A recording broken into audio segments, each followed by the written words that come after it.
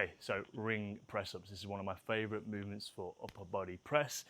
Two main reasons. Number one, of course, the rings can move in all different motions. That means there's an instability created, which means we have to create that stability using and incorporating more muscle fibers in this movement. Makes it more bang for your buck, more value per rep. At the same time, because the rings can move in different directions, we can create more range of motion in the pressing. So when we can create more range of motion, we can incorporate more muscle fibers as well. We can build more muscle mass, we can build more strength, and it translates nicely into a lot of different movements we do within the Wildman Fit community. So let's have a look at this movement in action. So a couple of key things to look at here is that the base of the ring is pretty much in line with the top of the box where I'm going to be placing my toes. That gets a nice, perfect position for me personally of the press-ups. I don't like having the feet on the floor, then we're in this upwards angle. Feet elevated, it's going to be harder, more challenging, more rewards. Now, two key things. Once I place my toes onto the box, I need to get a nice, strong and braced core. So I'm going to take a little breath in, brace the core, keep everything nice and tight. So at this top position, we're in this nice plank position. No, not here, but here.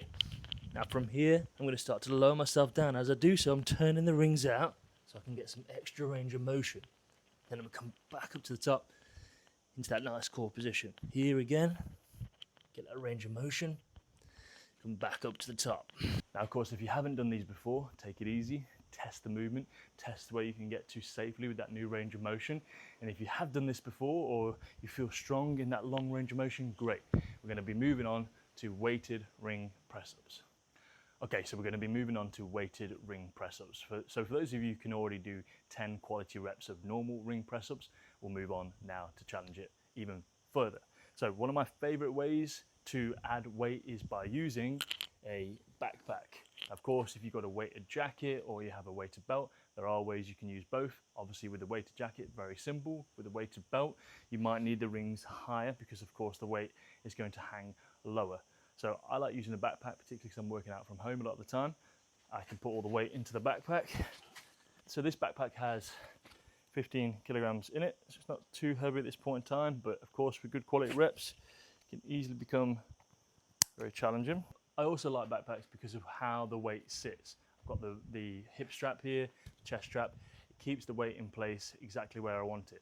The weight for me here is sort of like the main bulk of it is around here, which feels like a brilliant placement to keep the movement challenging and not have the weight move around, which can be really annoying, particularly if you're trying to do weighted press-ups with a weight plate on your back. So let's give it a go. Okay, so same principles apply. Even more so actually when it comes to adding weight to exercises. Never do so at the sacrifice of form. Quality form is way more important than the ego's need to say what it's lifted. So make sure we have that quality first. So same principles apply from here. I want to brace the core. Toes on the box. Keep everything tight.